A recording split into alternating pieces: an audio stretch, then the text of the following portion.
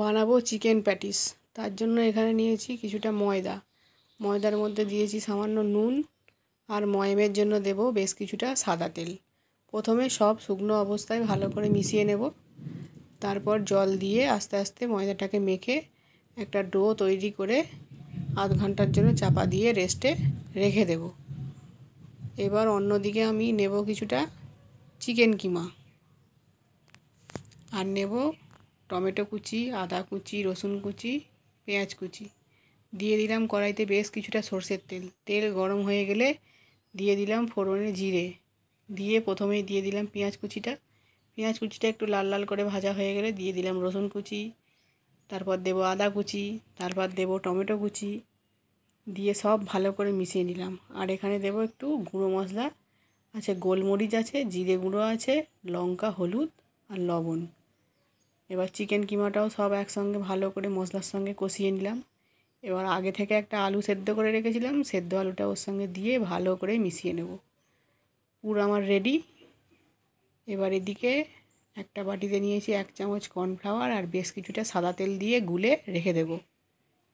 এবার অন্যদিকে যে আমি ময়দাটা আগে থেকে মেখে রেখেছিলাম, এবার সেখান থেকে একটা একটা করে লেচি কেটে নেব।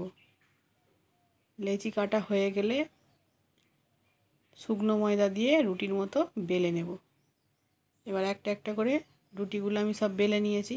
এবার একটা রুটির ওপরে যেই তেলের সঙ্গে কর্নফ্লাওয়ারটা গুলে রেখেছিলাম এইভাবে লাগিয়ে নেব গোটা রুটিটার ওপরে দিয়ে দিলাম একটু ময়দা ছড়িয়ে।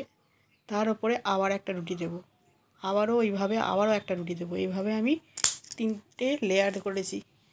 দিয়ে এবার চৌকো করে কেটে নেব।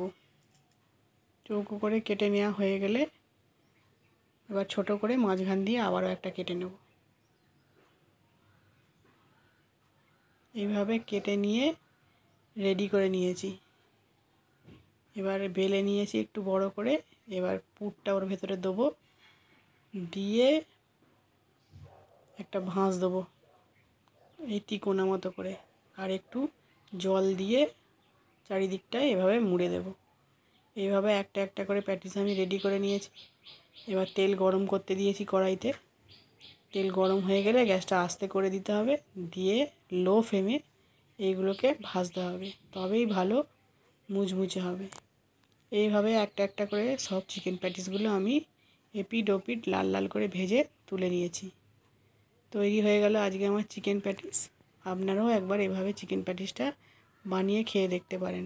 আমার ভিডিওগুলো যদি আপনাদের ভালো লেগে থাকে তাহলে অবশ্যই সাবস্ক্রাইব করে দেবেন।